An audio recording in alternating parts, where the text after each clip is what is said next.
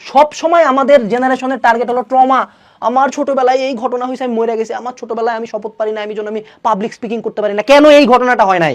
আমার ছোটবেলায় আমি শপথ ভুল করছি 2 বার, তৃতীয়বারের বার কসম করছি যে 1 লাখ মানুষের সামনে দাঁড়াবো, কোনোদিন ভয় পাবো না। Why not this? আমার জীবনে আমি একটা পরীক্ষায় ফেল করছি, আমি কসম করছি এরপরে 15 পরীক্ষায় আমার যদি 1 মার্ক বেশি পাই আমি দেখাই দিব।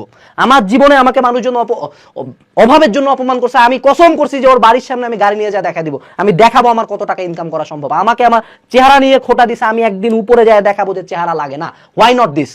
ও আমাদের ছাড়ে চলে গেছে, আমি হচ্ছে 100 গুণ ভালো মেয়ে বা ভালো ছেলে বা ভালো একটা পজিশনে যায় দেখাবো যে না ভাই তুই আমার যোগ্য ছিলি না। এইটা না কেন?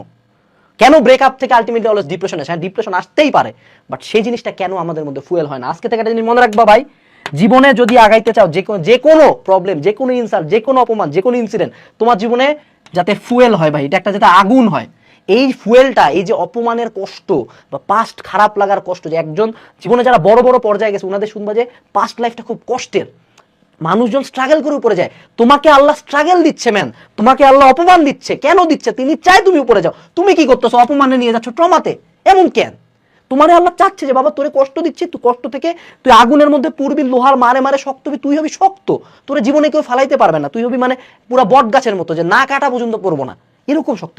যে কোনো খারাপ, যে কোনো ইনসাল্ট, যে কোনো অপমান, যে কোনো ইনসিডেন্ট, যে কোনো ব্যাকডেট, যে কোনো পড়ে যাওয়া, যে কোনো ফল ফুয়েল হিসাবে নেওয়া শিখো, মনের মধ্যে পুষো। ওই সবাইরে ক্ষমা করে দিলাম, হ্যান ত্যান, মনের শান্তি আসল, এইসব বালছাল না। ইন রিয়েল লাইফ আমরা কষ্ট পাই, আমরা তো আজীবন এই খারাপ লাগা, খারাপ ঘটনাগুলো বেনে রাখি, পুষি তো, ক্ষমা তো কাউরে করে দেই না আমরা। আমরা কি কনসা এত ভালো ভাই? তুমি আমি কেউই তো এত ভালো না। যদি আমরা খারাপ, যদি আমরা জিনিসটা বহনই করবো, why not in a positive way?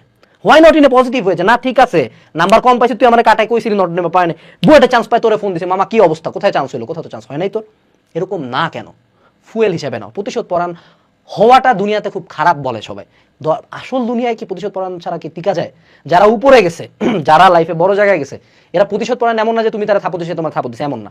সে এমন একটা জায়গায় গেছে যে এখন সে যদি চায় তোমার মারও ফেলতে পারে, সে তোমার কিছু করবে না, সে তোমার সামনে এসে দাঁড়াবে, তুমি মানে আতঙ্কে তার প্রতি সম্মানে মাথা নিচ করে দাঁড়ায় থাকবা। That's the fuel you need. জীবনের যে কোনো খারাপ ইনসিডেন্টকে ফুয়েলে কনভার্ট করো। এই জিনিসটা তোমাকে প্রতিবার রিমাইন্ড করাবে যে এই ঘটনাটা হয়েছে, এবং এটা তোমাকে হার্ড ওয়ার্ক করতে বাধ্য করবে।